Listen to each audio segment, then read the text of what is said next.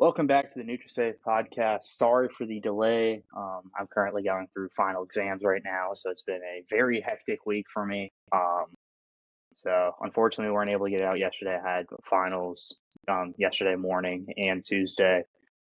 So we apologize for that. I don't know if it'll cause you any inconvenience for the 12 people that watch this, but thank you for understanding. We'll be back starting next week. We will be doing 2 episodes a week. So we'll start doing that. There's a lot of sports to cover right now with NHL playoffs, NBA playoffs. Golf is starting to heat up, believe it or not. Draft is about to start. Yeah, the NFL draft. Oh, that starts tonight. So That starts in 9 minutes. yeah. Well, at the time of release, which will be almost immediately after we finish recording this, it'll likely be probably 5 or 6 picks in already. So again, thank you for understanding. But yeah, let's get right into it. So first couple games from the NHL playoffs are in the books. Joey, what are your just I guess surface thoughts on what we've seen so far? Just blanket thoughts from the playoffs. Great action so far. I've been really impressed. Even the games that are have been 4-goal games have been really good. So very entertaining so far. 1, reffing sucked. 2, the goalies have either been really good or really bad. I haven't really seen any goalies be okay. They've either completely dropped expectations, or they were up here and they didn't play well at all, or they played as well as they should, like Bobrovsky or Swayman's played really well. So that, and a lot of overs have been hitting. The scoring, I did not think the playoffs were going to be as high scoring as they have been, but there's been a lot of goals in these playoffs so far, which also has kind of surprised me. The game 1 unders I think they were 5-3, 6-2, but after that, it's been goal explosions pretty much. So your general thoughts, and then we'll get into quick thoughts on specific series. I will say I do agree with you a lot on the reffing. I think the reffing has been pretty subpar. There's been a lot of missed calls and blown calls league wide. So that's something that the NHL needs to take a look at. And then this has been an abnormally high amount of goal scoring. Not something that's typically on brand for NHL playoffs. You see goalies usually only give up 2 goals a game in the playoffs. We're seeing the Avalanche, not that. Yeah, it is the Avalanche Avs and and Jets. I think the game 1 was 7-6, and then game 2 was 5-4, I think. 5-2. So I don't really understand where all of these goals are coming from, and I don't really understand. It's so puzzling to me how, and I mean, it like kind of losing my train of thought here, but you look at the last regular season game between Winnipeg and Colorado, it was 7-0 Winnipeg, and now that first playoff game it was 7-6, and the second game it was 5-4. So goaltending has been either like a brick wall or Swiss cheese, and there hasn't been much of a in between. I agree. So Boston, Toronto.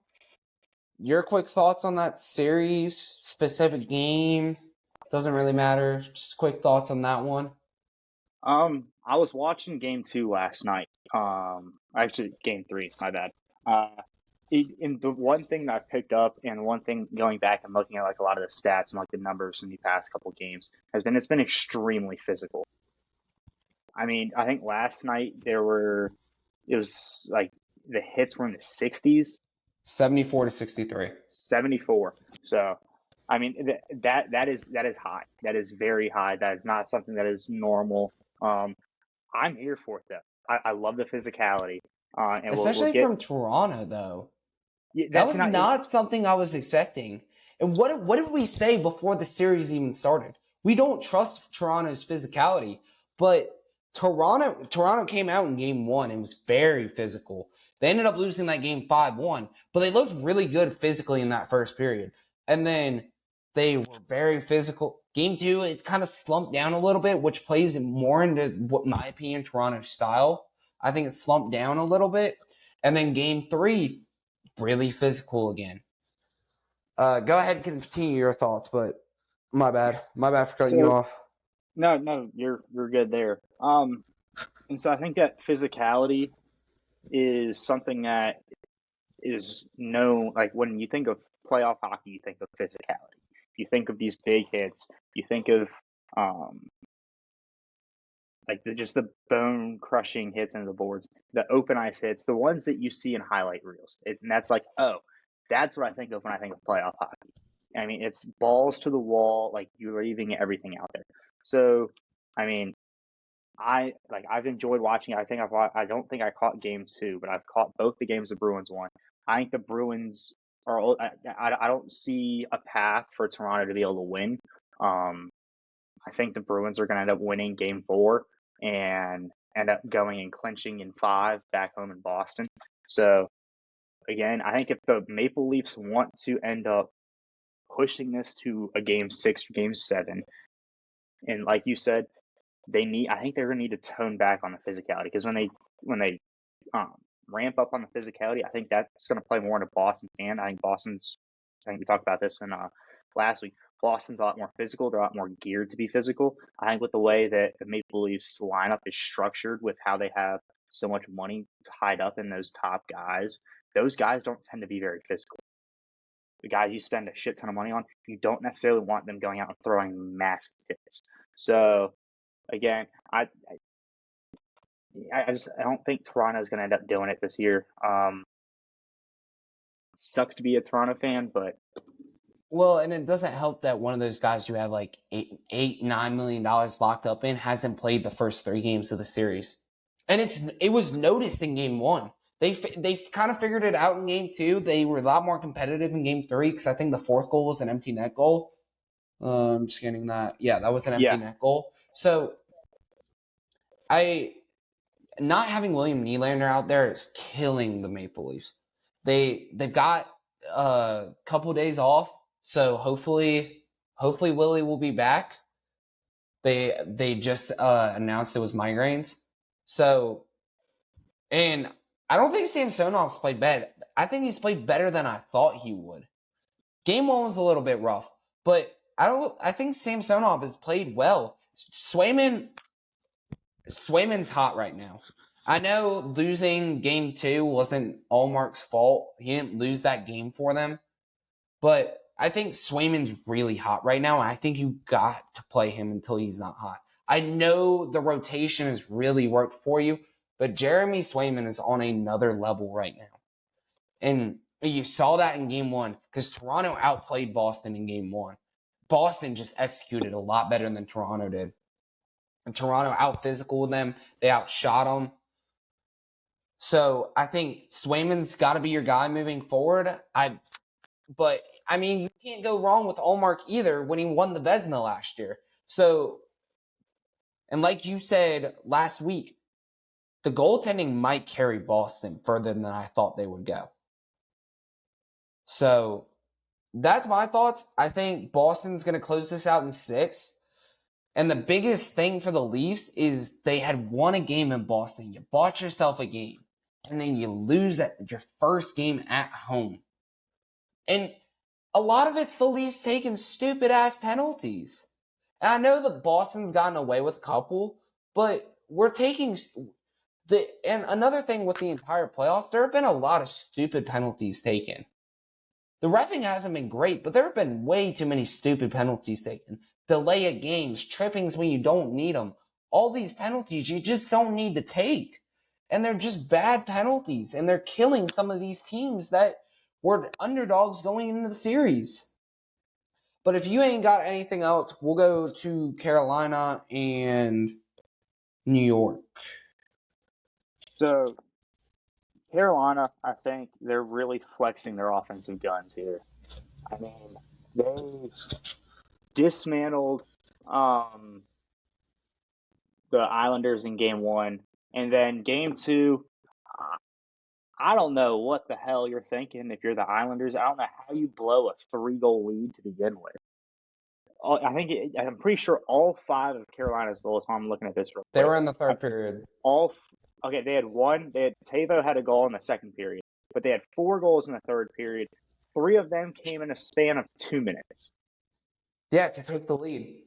2 of them were in 9 seconds, and if you're the Islanders, and I mean that goal where Ilya Sorokin didn't know where the puck is. It was Varlamov. Oh, it was Varlamov? My bad. I didn't know who was in goal that day. But, I mean. So Sorokin's hurt.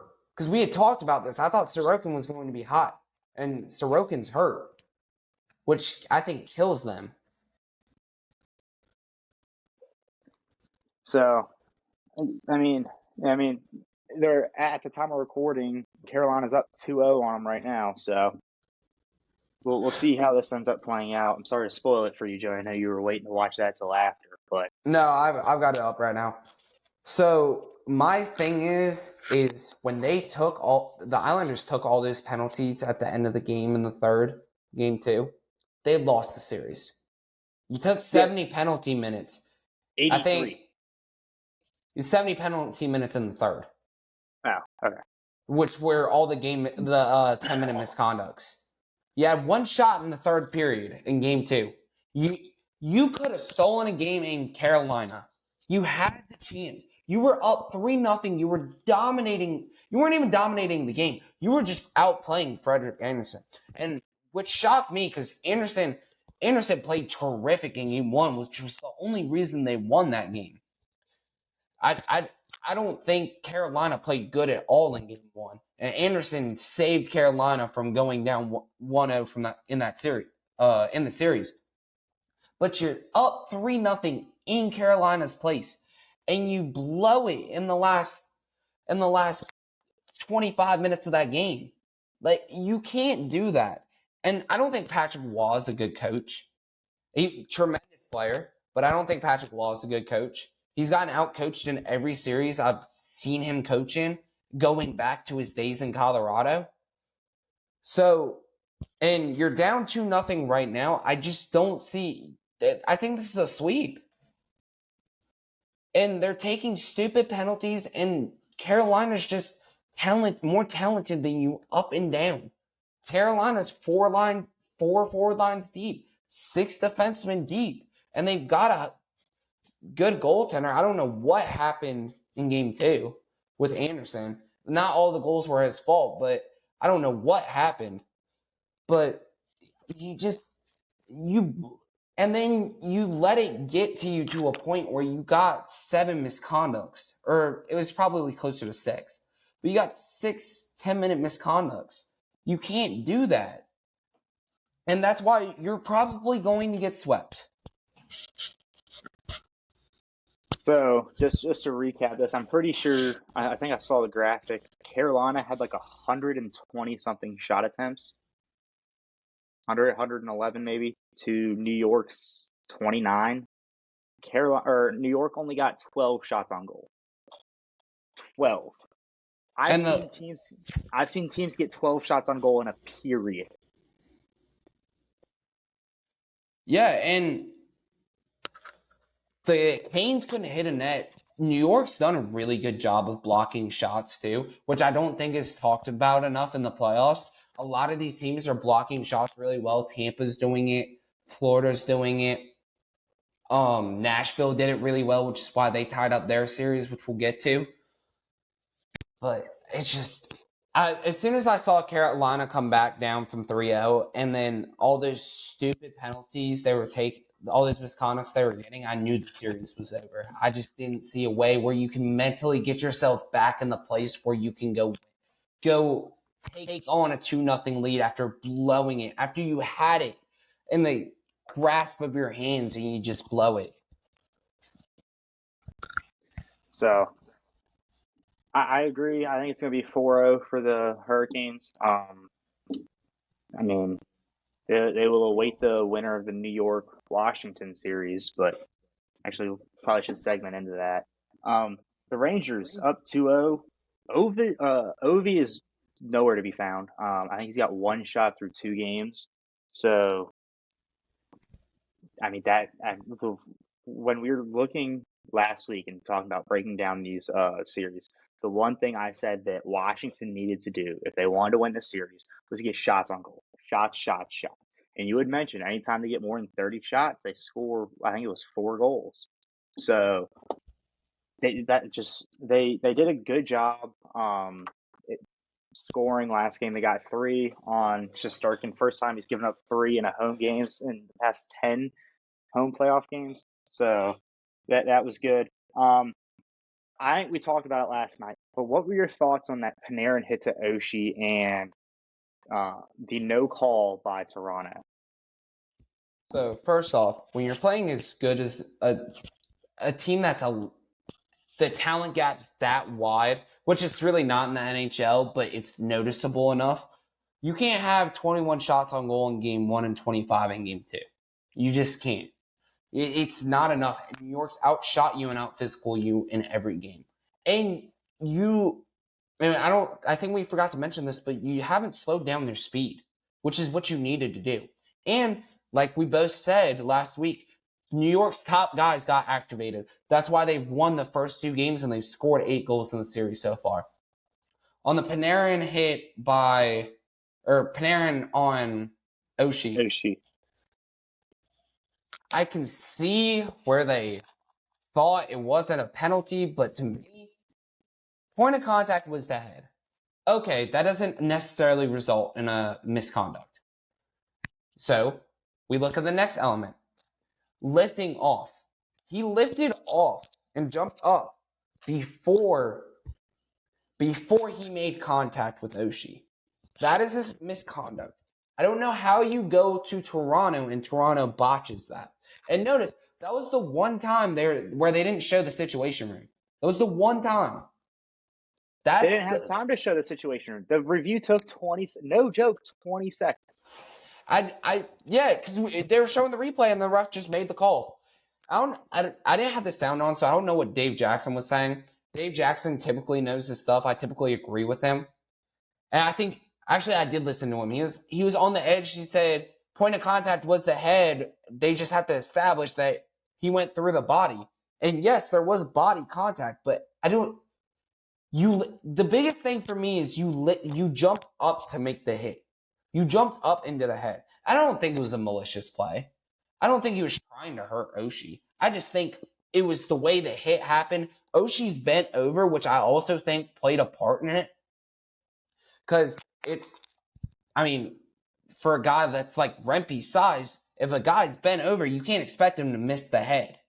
But for someone that's Panarin's size, he literally jumped up into Oshie's head. I don't think Oshie was injured, which is good. Glad for that.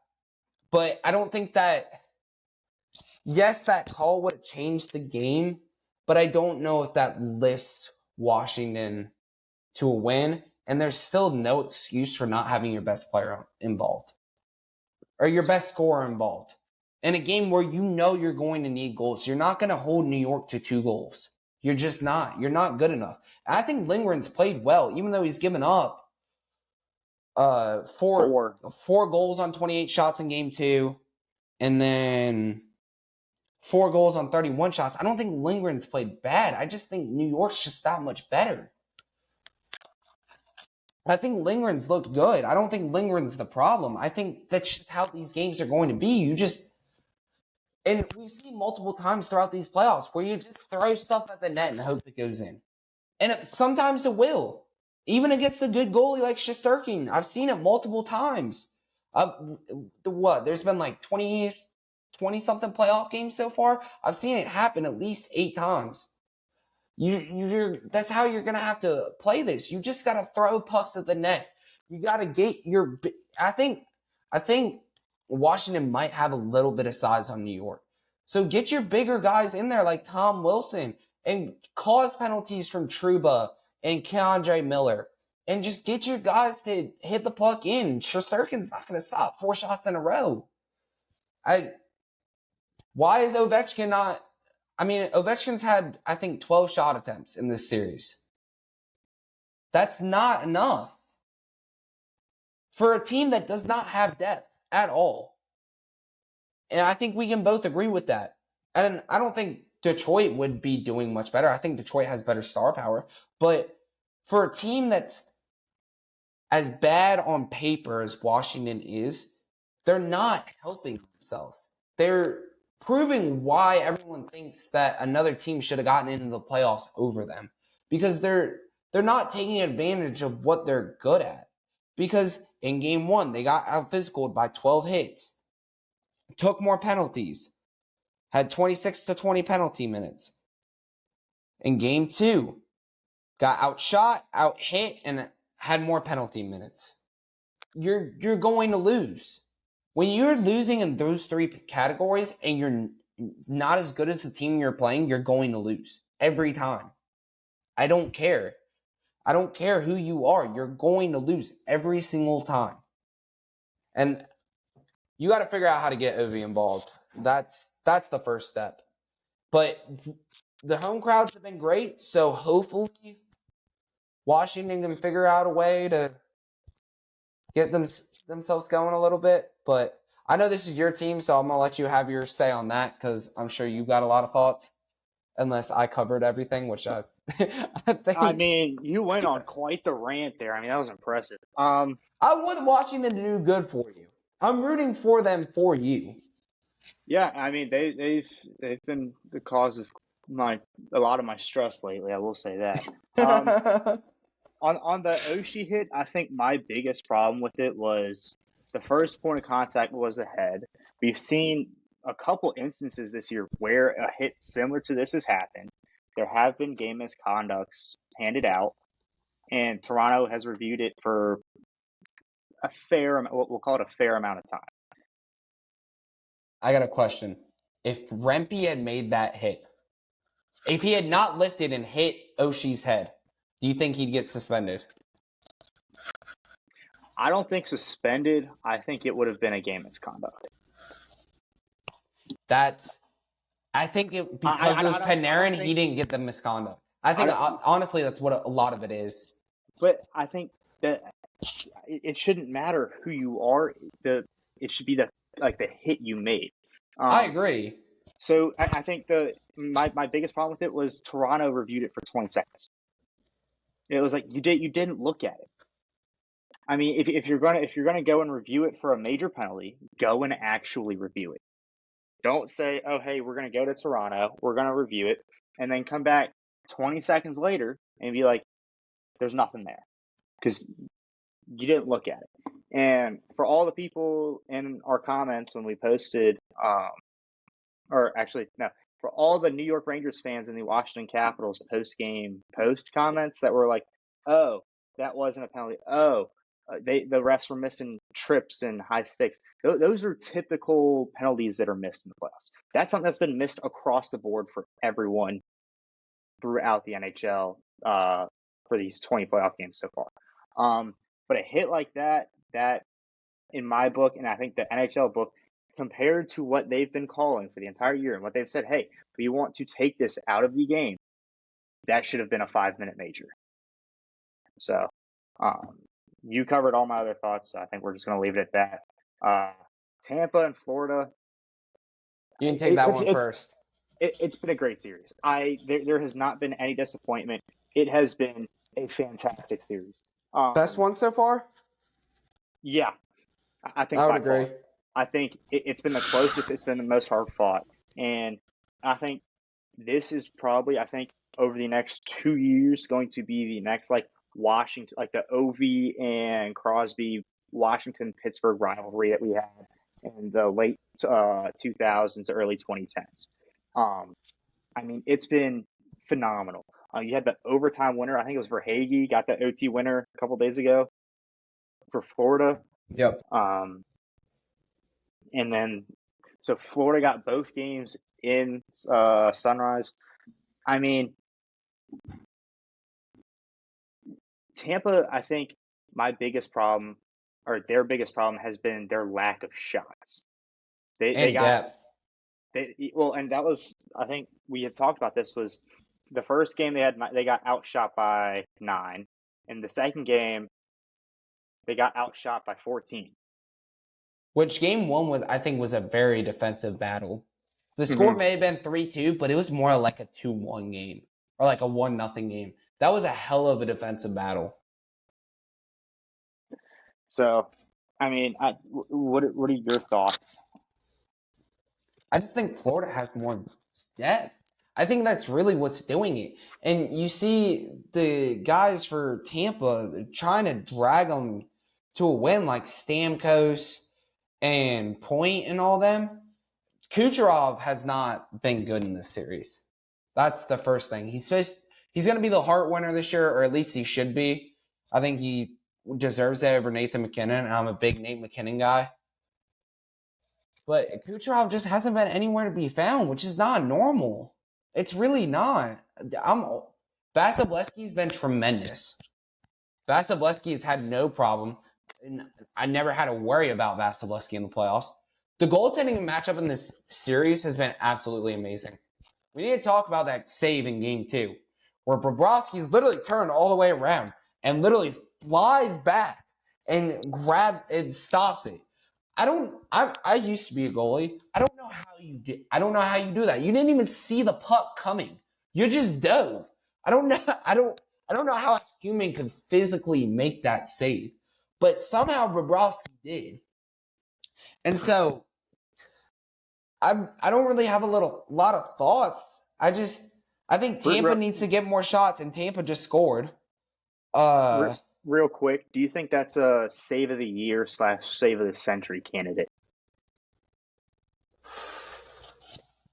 I still think the Holtby one has it just because of the circumstance. I feel like athletically and physically, Bobrovsky's was better. But if you take everything into account, the Holtby one, that's why it's called the save, is because the time the save was made and it changed Series. that series in favor for Washington. I think they won the next 3. They won that game and the next They 3 won or the that next game. 2. Yeah, that they gentlemen swept the Knights. So, So, uh, I really, I really enjoyed this series. I can't wait to get off here and go watch Game 3 because it is now tied at 1-1. So, but a hell of a series. I think it's been the best one. I think Nashville, Vancouver's had the second. I think it's been a really. And I'm also a sucker for defensive games. Like the Colorado Winnipeg game 1, I was not a huge fan of, if I'm being honest with you, which we can segment into that. I was not a huge fan of. I don't like seeing bad defense like that, it was legitimately awful defense. And all you stupid people blaming Georgiev for that loss when the Avs defense turned that puck over in the slot at least 4 times and resulted in goals. And then Georgiev shut every single person up and had a tremendous game in game 2. Y'all should all be sentenced to, I don't even know, but y'all should all be in trouble. Y'all should all go to timeout because you can't blame a goalie for that. And 2, Hellebuck's been awful. Hellebuck has been absolutely terrible. And I know it's not all his fault. The Avalanche can just flat out score with anyone. I think an Avalanche Edmonton series would feed families just because and it would be such a high scoring, high paced series like it was in the conference finals when the Avs won the cup in 22. But the defense in the series has been awful. The goal Georgiev put on a clinic in game 2. Game 1, it was just bad hockey. But what are your thoughts other than Hellebuck's just been bad? This is not what I thought I'd see. so I think we talked about one of the things we were on the phone talking about last night was some of the greatest atmospheres in college football. I think a Winnipeg whiteout, and I know their arena capacity is like one of the smaller ones in the NHL, but I think that Winnipeg whiteout is one of the best arenas in all of professional hockey, or atmospheres in all of professional hockey. Oh, Canada in general can pack their arenas. Oh yeah, but I mean playoff hockey in general, sellout crowds or capacity crowds every night. And so again, I mean it was just watching that game and the highlights after that game. There was no shortage of emotion coming from the fans. There was no lack of noise. I mean, even when they panned to the fans outside the arena, they were deep. Like my goodness, I mean, Winnipeg showed up. When it comes to the actual gameplay, I don't know how Colorado loses a game with 46 shots on goal. That is impressive. Like that is next level like fucked up. Like how do you go? I mean, I played offense. Joey was a goalie. Joey, if you were on a team that had 46 shots on goal, like your guys had 46 shots on goal, and you still lost, what are you saying in the locker room after? Well, if I give up 7 goals on 23 shots, I mean, I can't really say anything. Like, 7 goals on 23 shots is just bad work. I mean, those weren't Georgiev's fault. I mean, I don't care. half of those were like what 2-on-1s and like fast breaks Turnovers from. in the slot. Well, that's what a lot of them were. Turnovers in the slot. And so, I mean, if I'm the goalie, I'm sitting there. I'm like, first off, y'all are leaving me out to dry. Second off, how the hell are we getting 46 shots on goal and losing? By only scoring 6 out of 6 goals. So, But you outshot them by 23 and you still lost the game. That's the worst part. Is you outshot them by 23 shots and you still lost that game. But yeah, you doubled them up. You end up stealing the game in Winnipeg, game 2, and you dominated that game. You outplayed Winnipeg in that game. Georgiev, well, I don't even know if you outplayed him. I think Georgiev was tremendous. 28 of 30, which was good work. Hellebuck gave up 4 on 31. But I don't know what's up with Hellebuck. I think that's my biggest concern of this series is what is up with Hellebuck. And I'm used to seeing Hellebuck make these tremendous saves that you're just not expecting. But I don't know what's up with him, to be honest. But Nashville, Vancouver. Your thoughts on that series? The goaltending this one's been ass. I can tell you that.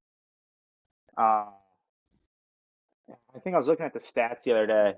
Statistically, I think the goalies are hovering around like a 700 save percentage. Except with Saros last night. Yeah, game 1, 21 shots on goal, or 24 shots on goal for Nashville, and getting 4 goals out of that. Not characteristic at all for playoff hockey. Vancouver had 2 goals on 21 shots, and then in game 2, Nashville had. No, Vancouver had 3 goals on 21 shots. Vancouver won game 1. My bad. It was flipped around. Yeah. Game 2, Nashville had 4 goals on 16 shots. That's a 75. That's also Casey DeSmith. That's a lot of it, too. Is Demko's injured now. He played game 1 and something happened where he didn't play in game 2. No one knows how long he's going to be out, is the last thing I saw. So that's concerning for the Canucks. Because going into Smashville, you want to talk about loud arenas? Good luck. I don't know if Vancouver can steal a game. I don't care how good they are. I think Saros is playing well enough where. And I think this is a very defensive battle. I think there's always I believe there is a such thing as too little shots, and when you're only getting 18 shots in a game, it's sometimes hard to keep your mind right. And it happens to the best of us. It's happened to me, and it's clearly happened in this series. My But question. I love the defensive. I think the neutral zone play has been so good on the defensive side. These neutral zone traps and the forechecks just look so good. I like seeing it in the block shots. I think Vancouver had, I think it was 100 shot attempts and only had 18 shots on goal. Nashville had 40 block shots, I think it was last night or the night before, whatever Nashville night had it was. 30 block shots. Yeah, okay, so I wasn't too far off. I'm trying to see, I don't see shot attempts.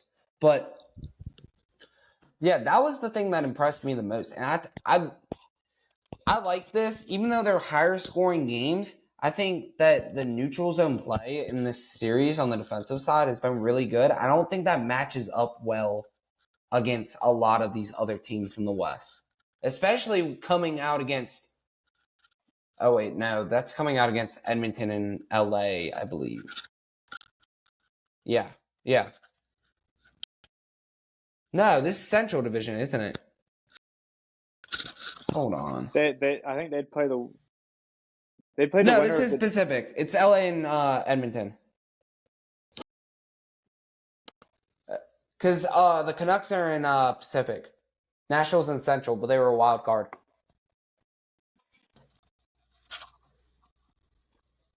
So it's the winner of LA Edmonton. So, yeah.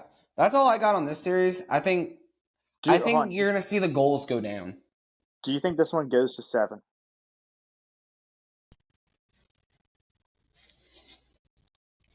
Or do you think Nashville? It really depends. I think it's going to go to 6 or 7. I think you're going to have a lot of series where it's like either a lot of it's. I feel like you know how far these series are going to go at this point. Just by watching the games. I feel like you know. But, anyways, going to Vegas and Dallas.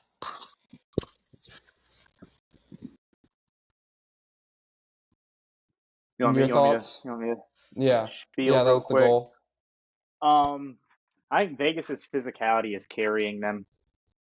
I think their physicality is forcing turnovers. And then I think it. I think Dallas is honestly. I think they're cooked.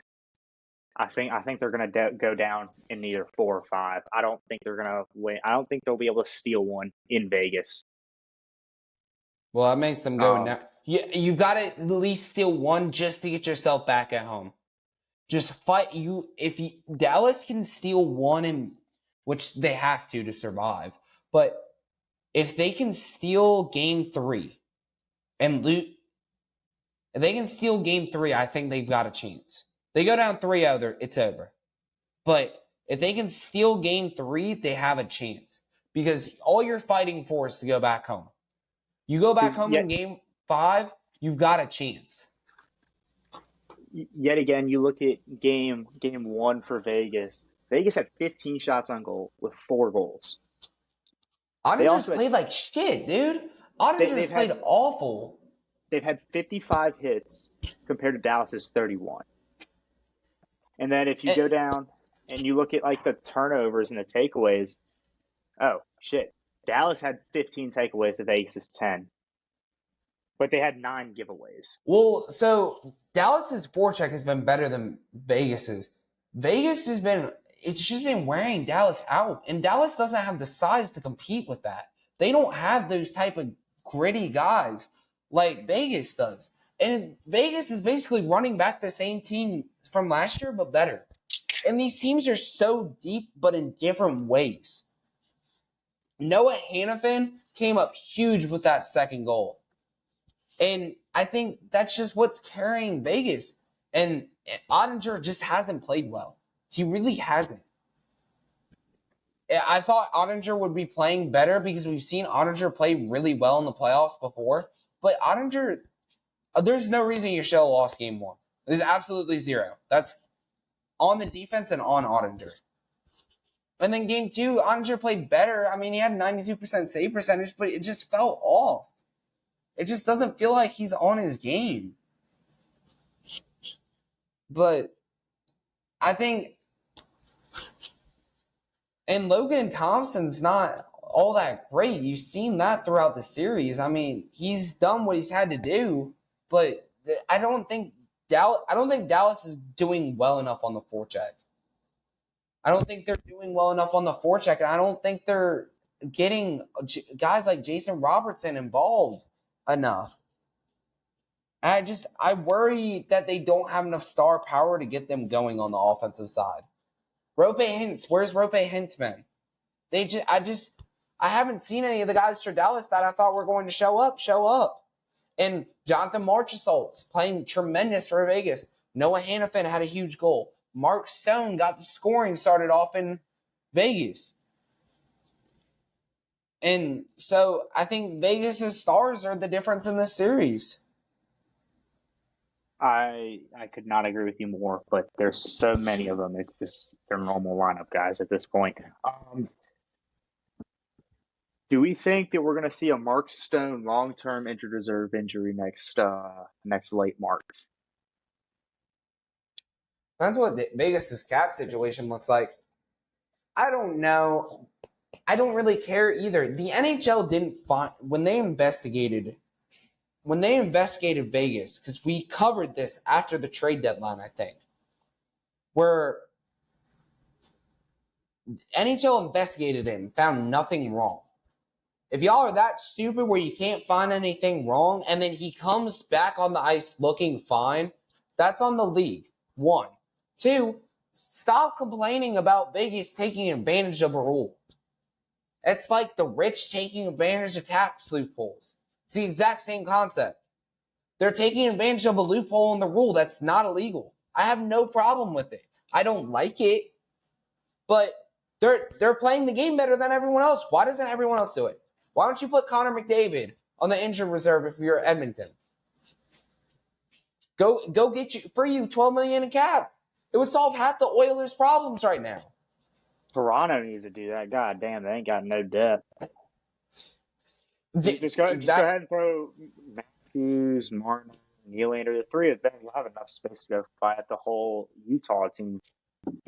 You'll have enough money to buy Mullet Arena. I don't know if Arizona State wants to part ways with that one just yet. Yeah. All right, Edmonton and LA. Zach Hyman's a fucking beast. My goodness. Dude is on a tear right now. And again, I think this is another series where there has been a lack of goaltending, per se.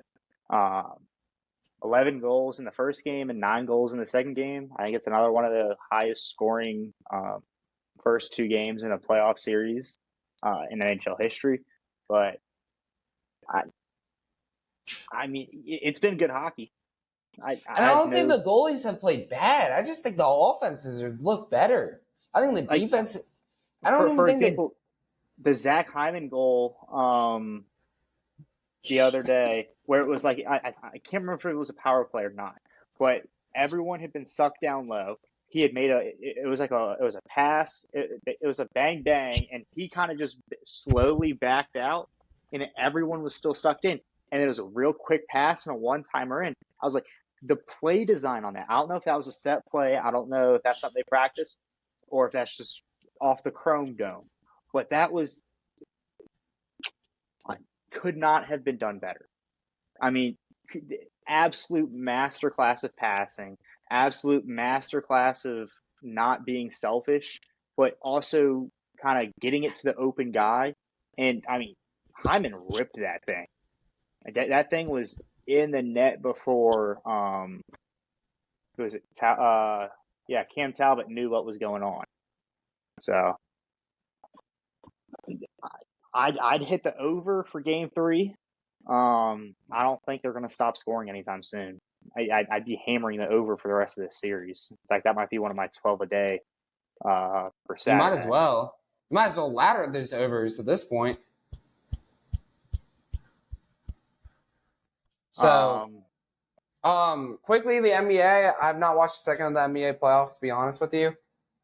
You got Boston, Miami tied up 1-1. Cleveland, my Cavaliers, up 2-0 on Orlando. Knicks up 2-0 on the 76ers. Milwaukee and Indy tied 1-1, which I'm surprised Indy came back from that after getting stomped by Milwaukee in game 1. Denver up 2-0 on the Lakers. OKC up on the Pelicans 2-0. Clippers and Mavs are tied. And the Wolves are up on the Suns 2-0. Your quick thoughts? I think the Jamal Murray buzzer beater was absolutely baller. I think that was the nail in the coffin for LA. I think LA's done. That was. I don't know because they're coming back home now. Statistically, that was like the best night the Lakers could have had, and they still lost. They threw everything they possibly could at the Nuggets and still lost. Hold on, let me pull up what their scoring was. Did you see what? I got two things on the Lakers. Did you see what LeBron walk out of that post game press conference? Do you know what the question for that was? I know they were talking about the refs. And LeBron was saying, because I didn't watch the full clip because I was at work. LeBron says, yeah, it's really frustrating that the refs just don't call things. Da da da. That's like, bro, Lakers have gotten the most fouls called for them since you joined. You're one to be talking about the refs, number one. Two, who cares? Stop crying. Do better. And then another thing, did you see Stephen A. Smith? He was like, well, I feel so bad for the Lakers because if they went and played Denver, they could beat anyone else in the 7-game series. I don't care. Do better in the regular season. That's why the regular season matters. Maybe if you didn't rest every single player for 30 games in the season, you wouldn't have to deal with this problem. But LeBron's too busy taking his rest, 20 games of rest, and then you wonder why you have a mediocre record at the end of the season and you're fighting for a play-in spot. Don't come crying and complaining to me about the Lakers when they literally they've got LeBron. There's no excuse. LeBron is still good enough to lead a team at 39. Don't come crying and complaining to me about, oh, they had to play the Nuggets. But they beat anyone else, though. Well, they didn't beat the Nuggets, so it doesn't matter, does it? So, my first thing. First off, they blew a 20-point lead in the second half. That's unacceptable. I mean, but then the other thing is, I don't see where you go wrong. I don't know where the Lakers went wrong. I just think that the Nuggets are the better team. D'Angelo Russell shot 7 of 11 from 3-point range, going 8 of 16 overall. LeBron 9 of 19 and 3 of 6 from 3-point range. Anthony Davis with 14 of 19 with 32 points. Like statistically, these are some of the best nights these guys can have, and yet they still came up short. So I don't even though it's shifting back to LA, I don't think the Lakers have a shot. I think if I was to put, I don't know what the odds are for them getting sweep. It's probably right around plus 320, something around that. That's free money. I don't think the Lakers are going to be able to do or perform at that level for the next 2 games. And even then, you look at some of like the Nuggets did not have the greatest night, yet they still came out on top. So for like Michael Porter Jr. had himself a night. He had 6 of 10 from 3 with 22, and then Jokic had 27. But that Jamal Murray buzzer beater at the end, I think that was a nail in the coffin. I think, but I can't remember what Anthony Davis was walking out about. But the fact that he, before the game, or I don't know if it was before the season, I don't know when it was, but he said that he should have won Defensive Player of the Year, whatnot. And I saw that. That is comical because all I've seen is nothing but this dude getting absolutely cooked by Nikola Jokic. Well, try leading a defensive category. Try being top 3 in a defensive category. Try So that. Please don't like me. Da da da. Shut up. I'm so tired of the NBA. This is why people are starting to turn away from the NBA.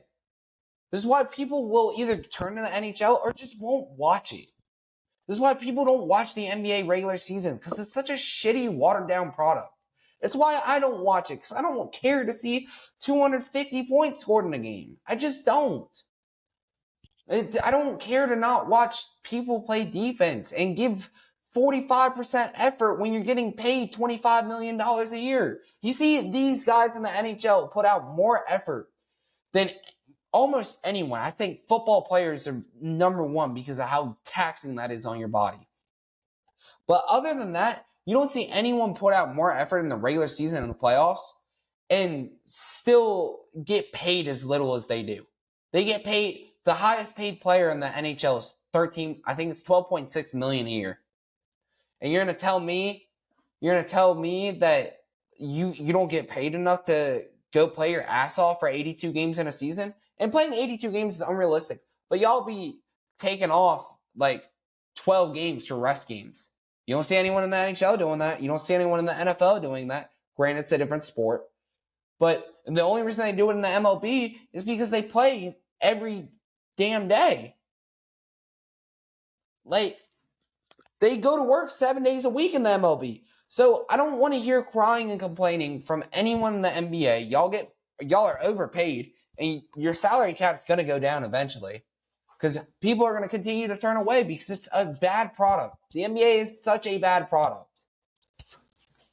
Anyways, that's my spiel about the NBA that I've been holding up since we got started on the podcast. that might be our next 30,000 view reel or whatever. You shitting on the NBA. I can't wait to read the comments on that one. Oh God.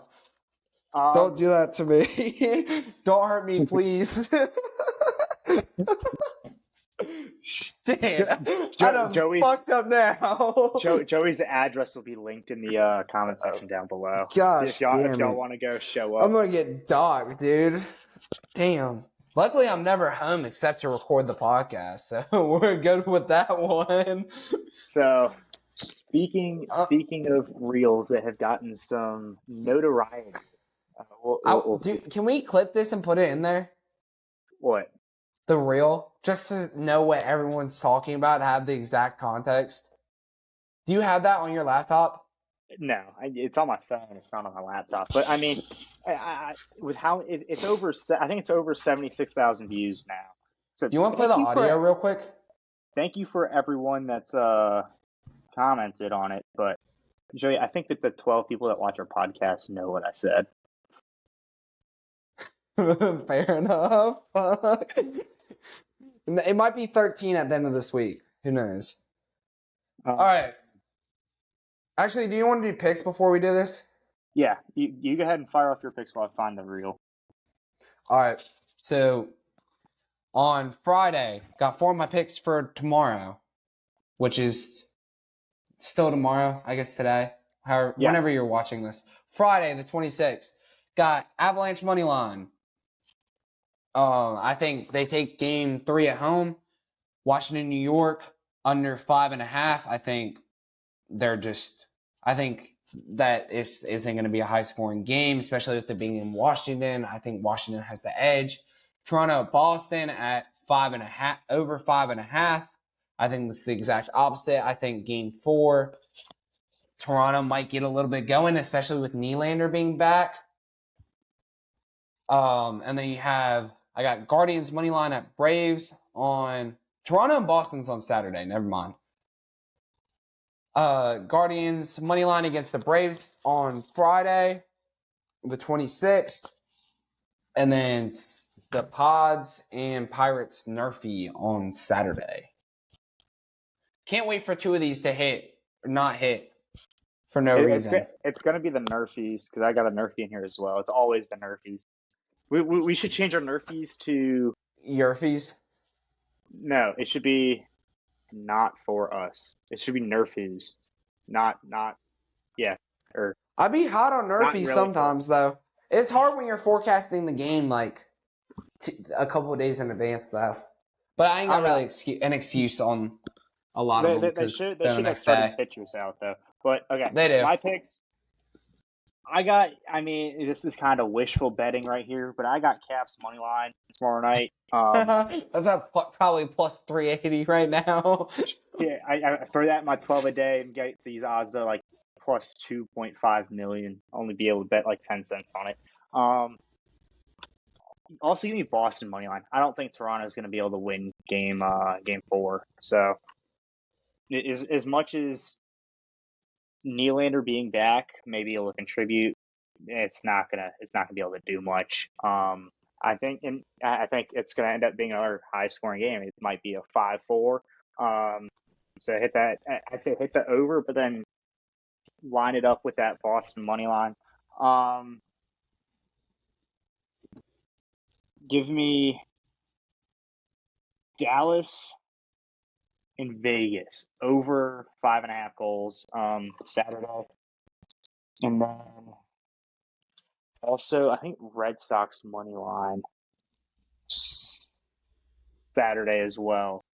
Let's see who they're playing. Yeah, I wrote it down, but I didn't write down who they're playing. Smooth move. I may have written down. I wrote down. Oh, never mind.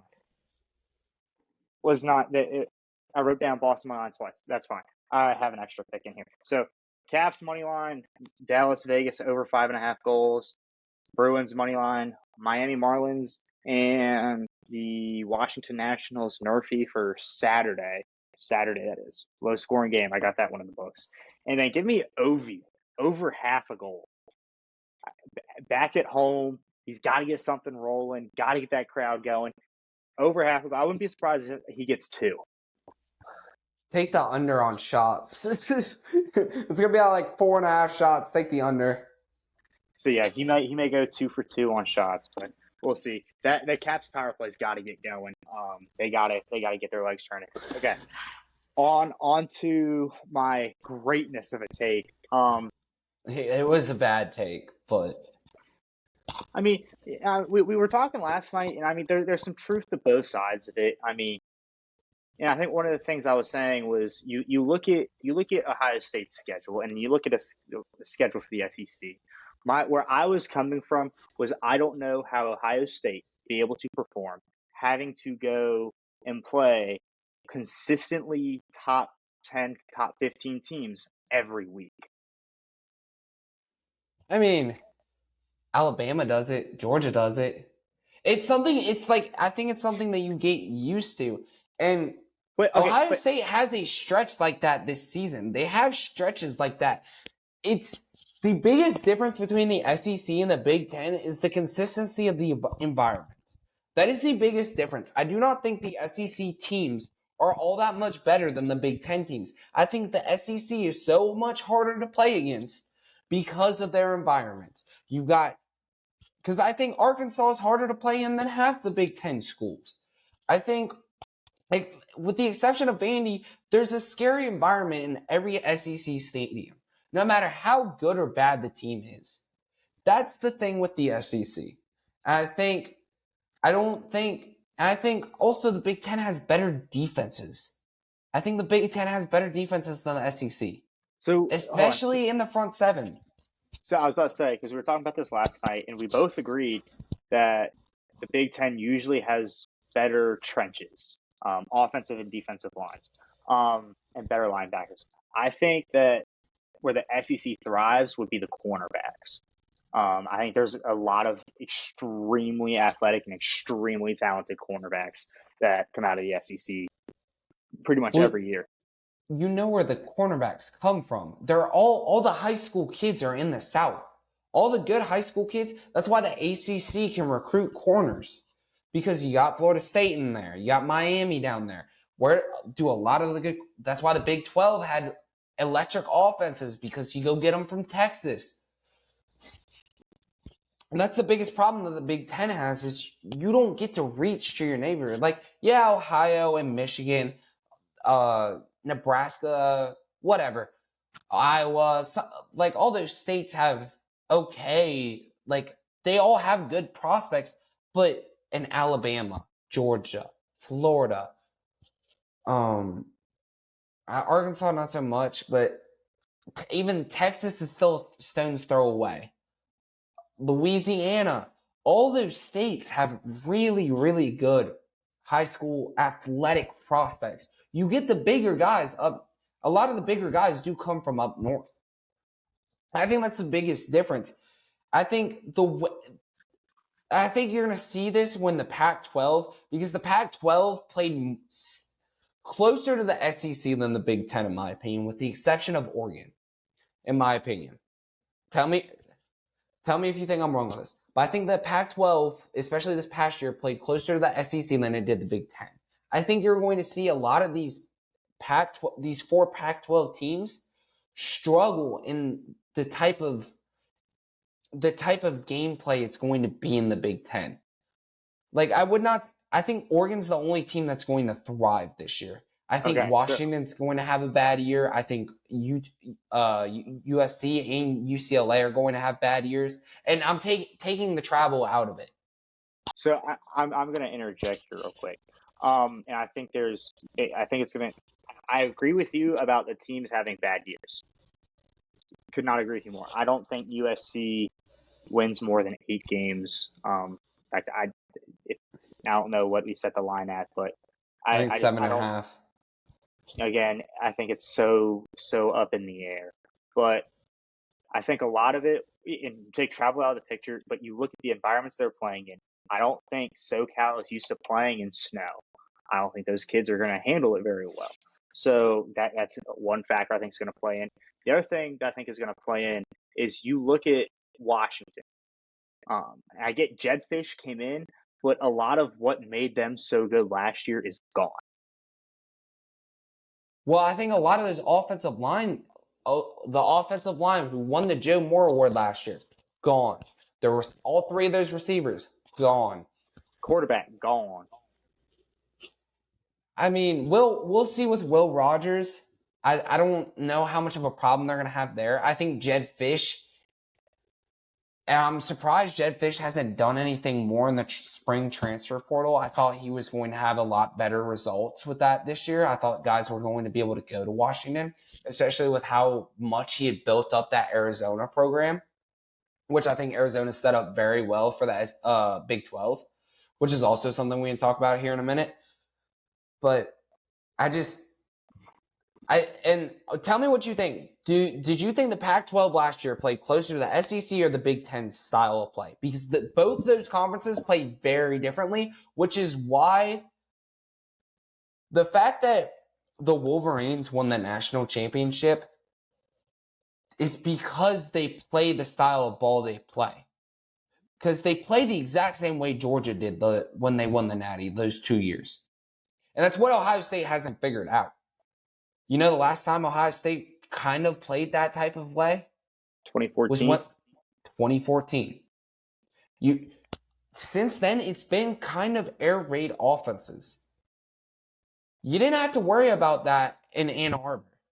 I think that's the biggest difference. Is I think the way, because Ohio State's the anomaly in the Big Ten. You don't see air raid offenses in the Big Ten. Mm-mm. So you pounding the rock. The last 3 national champions have been, we're going to run the ball and stop the run. Well, and that's what a lot of SEC teams are good at. I think Alabama was not as good against the run, which is why they lost to Texas, why they lost to the Wolverines. And So so hold on. So I think that loss to Texas, I think, yeah, I mean, we've talked about this before, but I think that team was a lot different at the beginning of the year than the end of the year. I mean, it's the same team that almost lost to USF. but they lost for the same reason to both those teams. That's what I'm saying. Regardless of how good that team was when they in week 2 versus the Rose Bowl, regardless, they lost those games because of the same reasons. And that, I don't know, the offensive game plan was absolutely awful coming from Tommy Rees, but they kind of lost the game for the same reason. So I don't know if you want to wrap this up, but we can keep going. Yeah, I was gonna say we can go ahead and shut it down. We But got some NHL to get to. I got to go back and study for my finals. yeah, So I think the first game's almost over at this point. Can't wait to start there, that from the beginning and then get up at 4:30 tomorrow. Yeah. both of those, Carolina, New York. There's 8 minutes left in the second period.